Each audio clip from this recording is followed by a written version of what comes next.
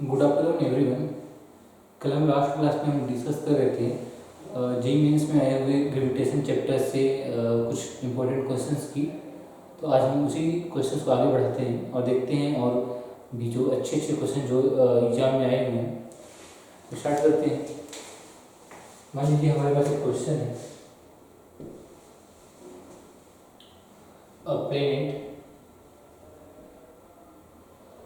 a planet has escaped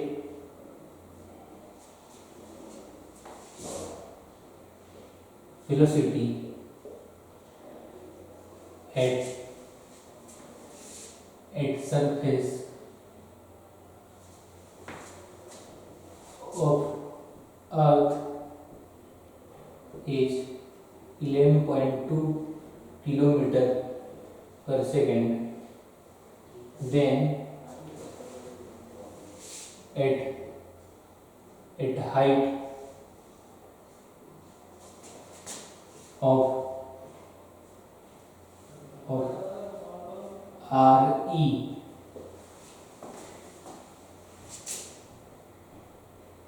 above the surface of Earth escape velocity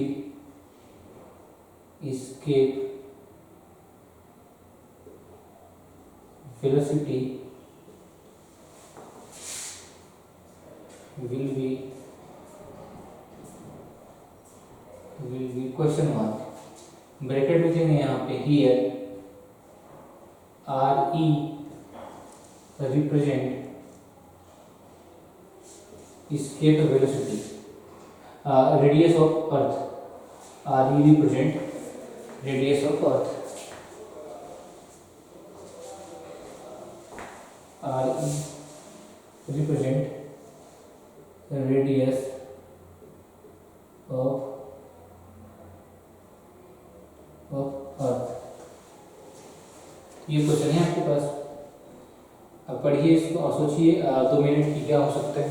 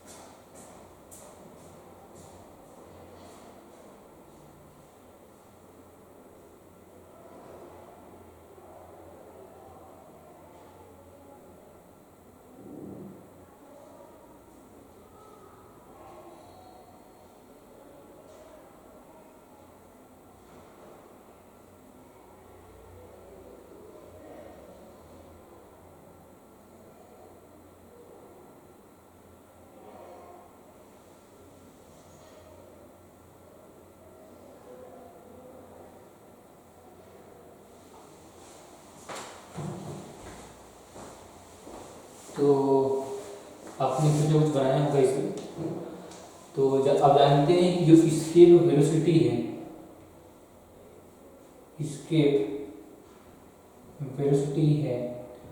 इसको हम VE से represent करते हैं और जो इसकी वैल्यू होती है वो होती है √2GME अपॉन R के बराबर है ना।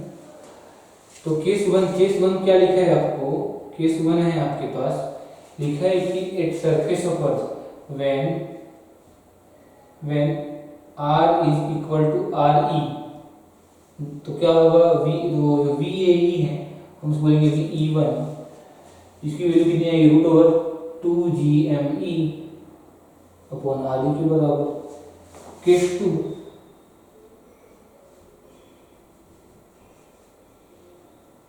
व्हेन R इज, देखो अपने हाइट लिया है, अपने हाइट RE लिया है ना, आर इसका कितना हो जाएगा 2RE। और ये डायग्राम बनाऊँ मैं आपको, डायग्राम ऐसा बनेगा, ये देखिए ये है आपका एक, मान लीजिए ये आपका है, ये अर्थ का रेडियस है RE, इसका मास है md। आपने एक सैटेलाइट को यहाँ पे प्लेस किया है, इसकी हाइट कितनी है यहाँ से, h की वैल्यू RE के बराबर। तो सेंटर से इसका टोटल डिस्टेंस कितना हो जाएगा, सेंटर से डिस्टेंस इसका बराबर हो जाएगा r की वैल्यू 2 टाइम्स ऑफ RE के बराबर है ना, 2 टाइम्स ऑफ RE के बराबर वही है। तो अगर हम यहाँ पे इस टाइम पे इसको VE2 नाम दें तो आ जाएगा फार्मूला √2GME अपॉन 2RE के बराबर है ना, तो 2GME अपॉन 2RE के बराबर। तो अगर हम इन दोनों को डिवाइड करें आपस में तो आप पाएंगे VE1 upon EV2 equal to क्या आएगा, डिवाइड करें आप दोनों को तो आपके पास आएगा आंसर, फाइनल आंसर आएगा आपके पास √2। सब चीजें सिमिलर है, केवल एक चीज यहाँ पे 2 है, यहाँ पे 2 नहीं है, तो क्या हो जाएगा, आंसर आएगा आपके पास √2 टाइम्स के बराबर।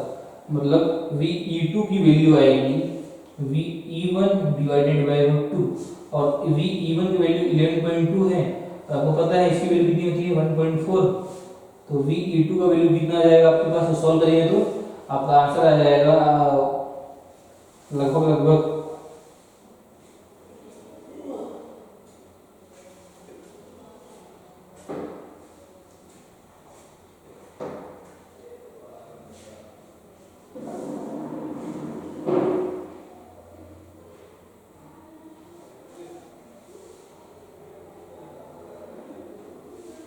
आपका आंसर 8 जैसा आएगा, मतलब 8 किलोमीटर पर सेकेंड, ये आंसर आएगा आपके पास 8 किलोमीटर पर सेकेंड के बराबर।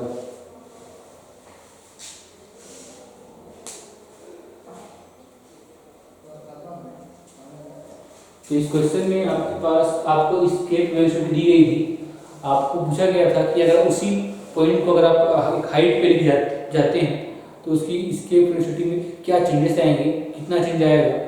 तो आया आपके पास 8 किलोमीटर पर सेकेंड आ रहा है आपका आंसर। अर्थ की सरफेस पे 11 था, जबकि हाइट पे अगर लेके गए तो हाइट पे आपको 8 किलोमीटर पर सेकेंड आपको वैल्यू मिल रहा है। इतना आप लिखेंगे, इसके बाद हम नेक्स्ट क्वेश्चन की ओर बढ़ेंगे।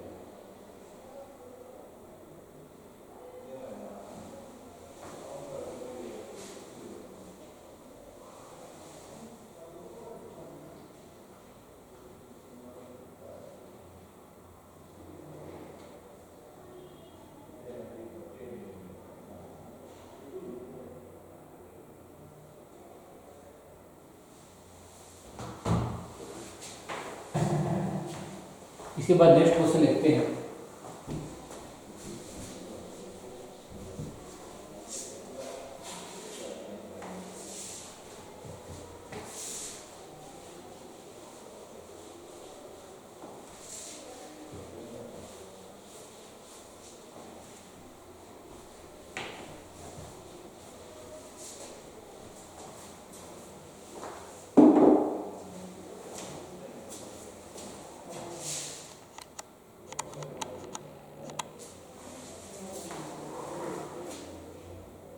Consider two solid sphere of reading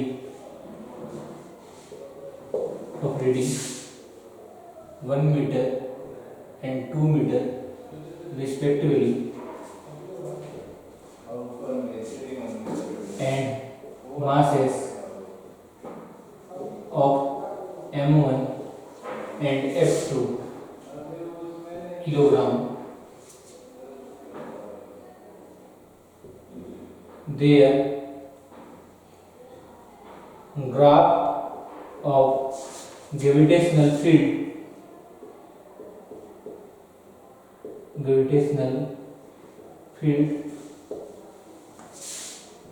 is given. So find out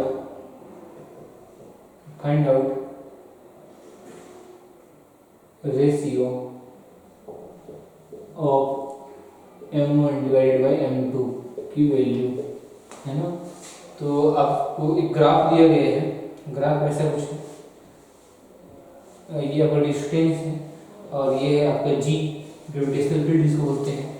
दो सॉलिड डिस्क है आपके पास, तो एक का ग्राफ दिया गया ऐसे कुछ, ऐसे दिया गया और एक का ग्राफ दिया गया है ऐसे,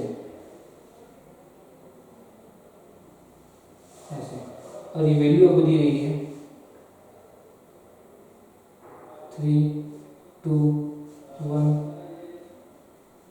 4, 5 ऐसे, और ये वैल्यू आपको दी गई है 1, 2, 3, 4 ऐसे कुछ। तो आप देख पा रहे हैं इस ग्राफ से कि जी की वैल्यू मैक्सिमम किस पॉइंट पे है, इस पॉइंट पे जी की वैल्यू कहाँ है, मैक्सिमम। तो अगर आप जानते हैं जी की वैल्यू कितनी होती है, G M E upon R का स्क्वायर, और आप ये भी जानते हैं कि जी की जो मैक्सिमम वैल्यू होती है वो कहाँ पे होती है, G M E upon R E का स्क्वायर, है ना।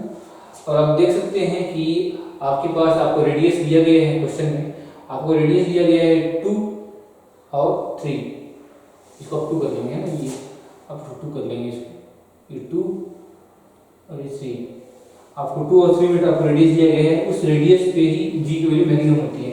देखो 2 पे जो आर की वैल्यू 2 है तो जी की वैल्यू मैक्सिमम, जो आर की वैल्यू 3 है जी की वैल्यू मैक्सिमम, है ना। तो आपको अगर ये इन्फॉर्मेशन दिया गया है तो आप लिख सकते हैं, अगर आप इस इक्वेशन में यूज करें तो आप लिखेंगे G1 मैक्स मतलब आपके पास 2 सॉलिड है ना, आपके पास 2 सॉलिड है, इसका मतलब आप अगर पहले सॉलिड के लिए अगर आप लिखें G1 मैक्स लिखें, फार्मूला आएगा GME, फार्मूला तो आएगा GME अपॉन RE का स्क्वायर। RE कितना है इसका, जो रेडियस कितना है, रेडियस इसका है 2 मीटर, है ना, 2, तो ये 2 मीटर का स्क्वायर मतलब ये हो गया 2 का स्क्वायर, है ना, 2 का स्क्वायर। और जो इसकी वैल्यू कितनी है मैक्सिमम, इसकी वैल्यू जो 2 मीटर है उस पे मैक्सिमम वैल्यू कितनी है 3, मैंने लिखा 3। यहाँ से हमारे पास आंसर कितना है GME, इसको मान लो इसका जो मास है, इस मास को मान लो M1, आपको क्वेश्चन में M1 दिया गया है, देखो यहाँ पे दिया गया है M1 और M2, ये M1 होगा,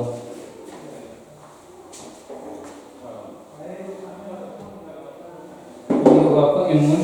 तो GM1 की वैल्यू आ जाएगी आपका 3 × 4 12 के बराबर, question number 1। Similarly G2 max की वैल्यू कितनी आ जाएगी, GM2 अपॉन आर का स्क्वायर। अब इसका आर कितना है 3, तो 3 का स्क्वायर आप करेंगे, तो 3 का स्क्वायर, और इसकी मैक्सिमम वैल्यू कितनी है 4, तो आप लिखेंगे 4। तो यहाँ से GM2 का वैल्यू कितना आ जाएगा, GM2 का वैल्यू 9 × 4 36। अगर इन दोनों को अगर आप डिवाइड कर दें आपस में, इक्वेशन नंबर 2 नाम दें और इक्वेशन 1 इक्वेशन 2 आपस में डिवाइड कर दें, इक्वेशन 1 डिवीजन बाय इक्वेशन 2, तो आपके पास आएगा GM1 upon GM2 equal to आपके पास आएगा 12/36, that means M1 upon M2 का वैल्यू आपके पास आएगा 3/9, that means M1 upon M2 की वैल्यू आपके पास आएगा 1/3 के बराबर, यही आपका आंसर होगा। यही आपको क्वेश्चन में पूछा गया था, आपको ग्राफ दिया गया था, ग्राफ का एनालिसिस करके आपको ये बताना था कि mass of solid sphere 1 and mass of solid sphere 2 का रेशियो कितना होगा, m1/m2 की वैल्यू कितनी होगी।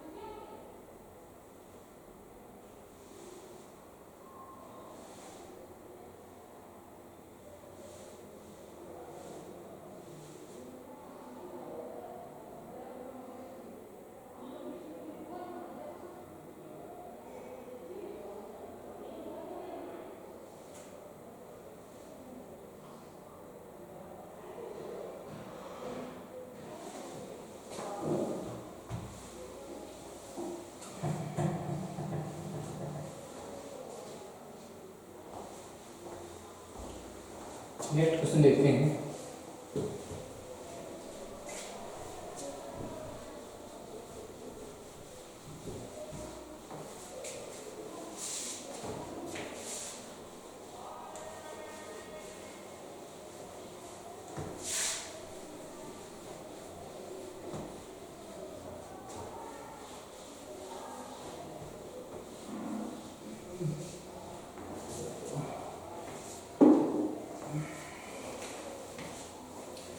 क्वेश्चन है आपके पास, an asteroid is moving towards towards the earth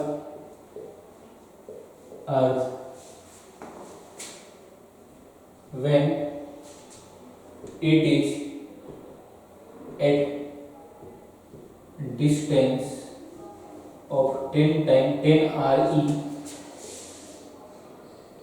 from the surface of from the center of earth from the center of earth with speed of 12 kilometer per second. So find out the speed when it hits the ground है ना। और इसमें आपको neglect करना है, आपको neglect atmospheric pressure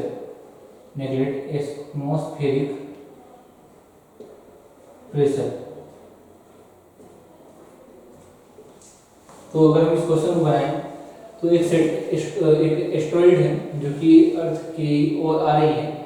जब वो अर्थ के सेंटर से 10 RE के डिस्टेंस पे है तो उस टाइम पे उसकी स्पीड है 12 किलोमीटर पर सेकंड। तो आपको वो स्पीड बतानी है जब वो ग्राउंड को टच करेगा, हिट करेगा, तो आपको उस टाइम पे आपको स्पीड बतानी है। तो अगर हम ये मान लें कि टोटल एनर्जी कांस्टेंट है या कंजर्वेटिव है, total energy conservative since since total energy is conservative तो आप लिख सकते हैं kinetic energy initial plus potential energy initial equal to kinetic energy final plus potential energy final. तो काइनेटिक एनर्जी कितना होता है, हाफ mv इनिशियल का स्क्वायर प्लस पोटेंशियल एनर्जी कितना होता है, पोटेंशियल जो फार्मूला होता है minus of G M E और उस एस्टेरॉइड का मास m अपॉन 10 RE के बराबर, डिस्टेंस इतना ही है, equal to k final half m v final का स्क्वायर और पोटेंशियल कितना होगा minus G M E M. जब वो ग्राउंड हिट करेगा उस टाइम पे सेंटर ऑफ अर्थ से उसका डिस्टेंस कितना होगा RE के बराबर। तो इसको अगर आगे सोल्व करेंगे तो आपको पास आएगा m तो ऊपर हट जाएगा स्मॉल m, तो आपको आंसर आएगा अगर आप सोल्व करें तो minus G M E upon 10 RE plus G M E upon RE equal to half we final का स्क्वायर माइनस वी इनिशियल का स्क्वायर। ये आपका आंसर है। इसके आगे आप अगर और सॉल्व करें तो आप पाएंगे, इसको सॉल्व करेंगे तो आप पाएंगे 10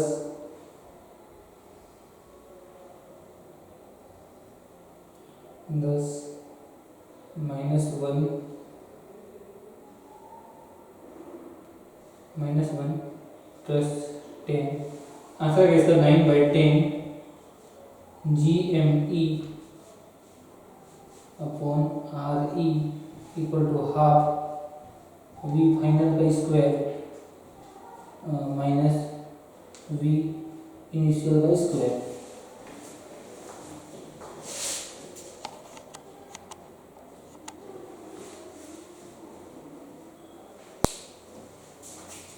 अगर इस क्वेश्चन को हम इधर लिखें और आगे लिखें, हम आगे से सॉल्व करें तो हमारे पास आंसर है